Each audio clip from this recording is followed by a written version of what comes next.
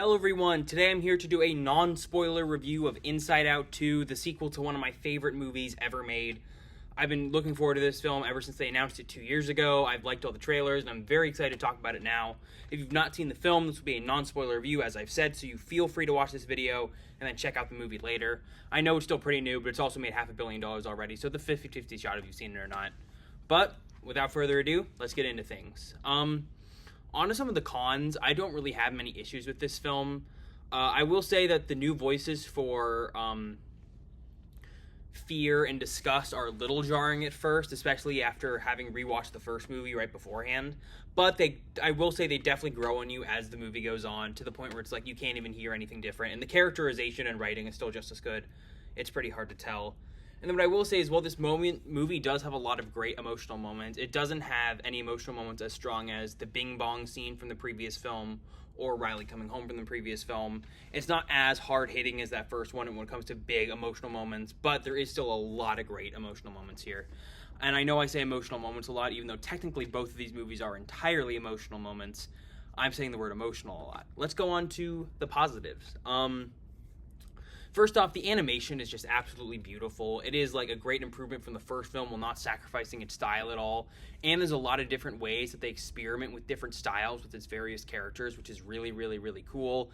I still love the cartoonish world of like Inside the Mind, but it's still fairly realistic and like lifelike in the real world. I think that's all awesome.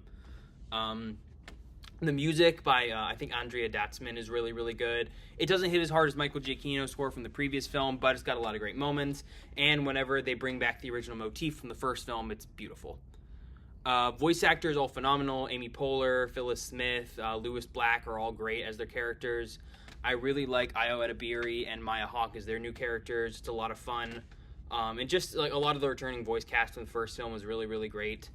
Not enough of Riley's parents in this one, though. They were some of my favorites in the first ones. This movie, though, is less about family and more about friendship and, like, your social life. And the way they deal with that story, along with, like, anxiety and envy and all these new emotions, is really, really well done, really hard-hitting. I think there's going to be a lot of important messages here for young kids, just about staying true to yourself, accepting your flaws, and just being able to push forward and make the right choices, even though you know you're going to mess up sometimes.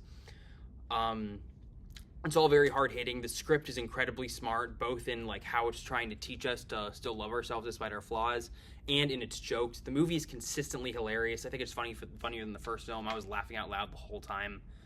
And it's just a lot of fun. It's a great expansion on this world in a way that doesn't feel like it's taking away from the first movie at all.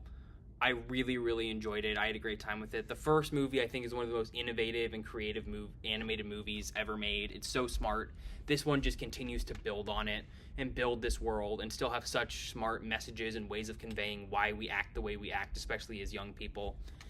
It's really great. Love the characters, love the story. So much fun. Not as hard-hitting or nostalgic for me as the first one, but I'm sure with time I will enjoy this movie more and my score will go up as I rewatch it more. But for now, just on my first impressions, I would give Inside Out 2 a 9 out of 10.